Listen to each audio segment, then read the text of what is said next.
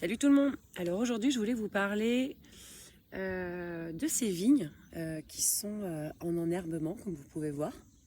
Enherbement, ça veut dire en fait que la propriétaire des vignes a décidé de ne pas mettre de désherbants, de ne pas mettre de pesticides, de fongicides, ni rien du tout. Et je vais vous faire voir. Et tout ça dans une démarche agroécologique. Donc on arrive quand même à avoir, comme vous pouvez voir, des grappes qui, pour le moment, n'ont pas, il n'y a aucun traitement, hein, aucun soufre, aucun cuivre, rien du tout. Certes, les vignes sont petites, mais on arrive à avoir des grappes grâce à cette technique. Alors, au niveau au-dessus du sol, on voit quand même que ça a l'air d'être en bonne santé. Il y a des pâquerettes, il y a de la chicorée, il y a différentes plantes indicatrices, il y a de la pimprenelle. Bref, on va réenherber donc ce carré. Ici, c'est le repère de la parcelle expérimentale. Et donc, il y a 6 lignes qu'on va étudier donc, pendant 2 ans et qu'on va diagnostiquer. Et après ce diagnostic, on va voir en fait quels sont les groupes de micro-organismes qui manquent dans ce sol. Est-ce que l'agroécologie dans les vignes, pour l'instant, arrive à faire des miracles? Alors en temps normal, bien sûr que oui. L'agroécologie, l'agroforesterie, que les choses soient claires, c'est ce que tout le monde doit faire aujourd'hui. Maintenant, moi je voudrais parler de ce problème de temporalité dont je vous avais parlé déjà avant. C'est-à-dire en combien de temps ces vignes qui ont été installées il y a environ 10 ans, 10-12 ans, soit après que le système forestier se soit installé, et cette terre a été pendant environ 60 ans en agriculture conventionnelle grande céréale. Donc aujourd'hui, dans les premières analyses que je fais, à mon plus grand étonnement, mais pas tant que ça, malgré un enherbement, malgré le fait qu'il y ait des brebis qui viennent tondre l'enherbement, qu'on n'applique aucune solution, il y a aujourd'hui quasiment aucun micro-organisme bénéfique ici. C'est-à-dire qu'en gros, ce n'est pas parce que sur les 3 premiers centimètres, vous allez avoir un enherbement que ça va nécessairement être tout de suite positif pour la vigne. C'est pour ça qu'on a d'ailleurs des problèmes avec ces vignes-là sur toutes les parcelles expérimentales. Donc ces vignes sont petites, elles ont des grappes de raisin qui ne se développent pas, elles ont parfois des maladies, des feuilles jaunes. Et donc on me dit, mais pourtant je comprends pas, parce que ça va faire 10 ans que je suis en agroécologie et que je laisse pousser, que je mets rien dessus. Pas même non plus d'arrosage, il n'y a aucun système d'irrigation ici. Et ça s'explique parce que Dame Nature, elle a son propre emploi du temps, c'est-à-dire que il lui faudra peut-être 50 ans, 30 ans ici, ou 100 ans, pour régénérer en profondeur le sol. Ça ne veut pas dire que celle-là ne marche pas, que les choses soient claires. C'est juste qu'il faut prendre en compte cet indice temporel qui est très important pour un agriculteur lorsqu'il veut être rentable. Aujourd'hui, tout ça, toutes ces vignes, ça représente un chiffre d'affaires de 3 000 € avec des coûts de production beaucoup plus élevés. Donc techniquement, ce n'est pas rentable.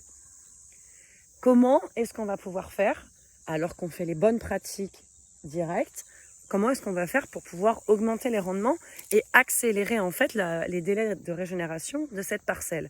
Déjà, la bâche, je pense qu'il va falloir déjà l'enlever. Donc ça, il y a aussi une autre technique aussi, enlever les bâches.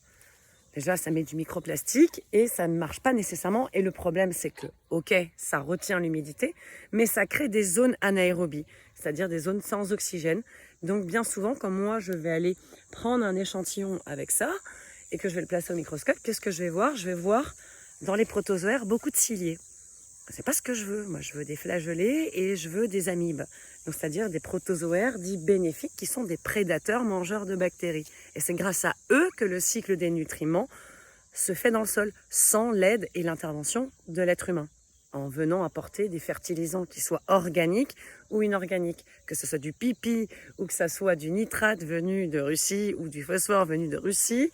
En vrai, la terre n'est pas censée avoir besoin de fertilisants pour faire pousser des forêts. Dans le stade de la succession écologique, les vignes font partie un peu normalement du stade écologique de la pré-forêt.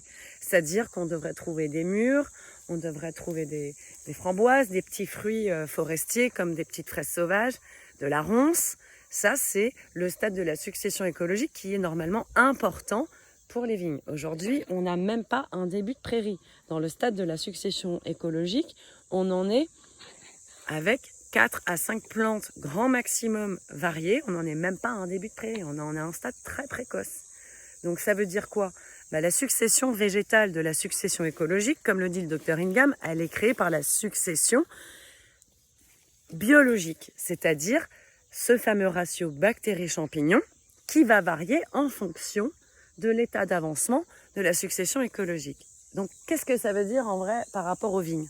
Ça veut dire qu'en gros, j'ai un sol ici qui est bon pour faire du brocoli, de la moutarde, des brassicas, mais qui n'est pas bon pour faire de la vigne. Malgré les 10 années d'agroécologie à travailler en enherbement en naturel, Dame Nature prend trop de temps à se régénérer, à faire intervenir les micro-organismes bénéfiques pour que ces vignes soient rentables, autonomes. Donc c'est là qu'intervient l'élevage de micro-organismes locaux. Je ne vais pas aller acheter sur Internet des organismes qu'on appelle des EM, des Efficient Micro-Organismes. Pour moi, ça ne fait pas de sens pour la simple et bonne raison, c'est que chaque territoire a son microbiote local. Chaque zone, chaque jardin, chaque parcelle a son propre lot de micro-organismes endogènes, locaux. Donc il faut élever des micro-organismes locaux. Alors on me dit, oui, mais alors j'ai une question sur Facebook, quand les terres sont mortes et qu'il n'y a pas de micro-organismes, qui est le cas ici, qu'est-ce qu'on va faire? Vous allez observer.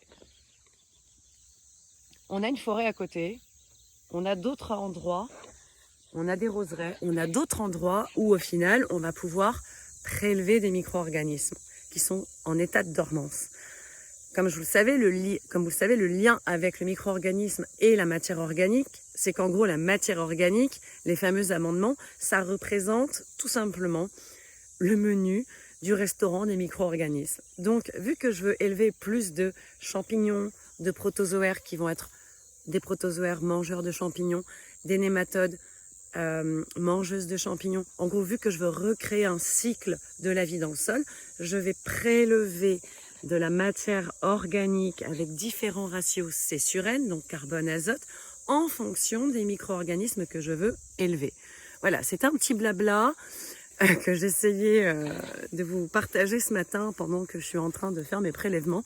C'est hyper important de comprendre que malgré les bonnes pratiques, on a un problème de temporalité et que on ne doit pas voir les solutions uniquement en silo. Toutes les solutions sont pour l'instant éparses et doivent vraiment fonctionner ensemble. C'est-à-dire que quand vous mettez une parcelle d'enherbement en agroécologie, certes, outre le diagnostic microbiologique, il faut aussi élever les micro-organismes locaux pour accélérer l'emploi du temps de Dame Nature. Alors pourquoi accélérer l'emploi du temps de Dame Nature?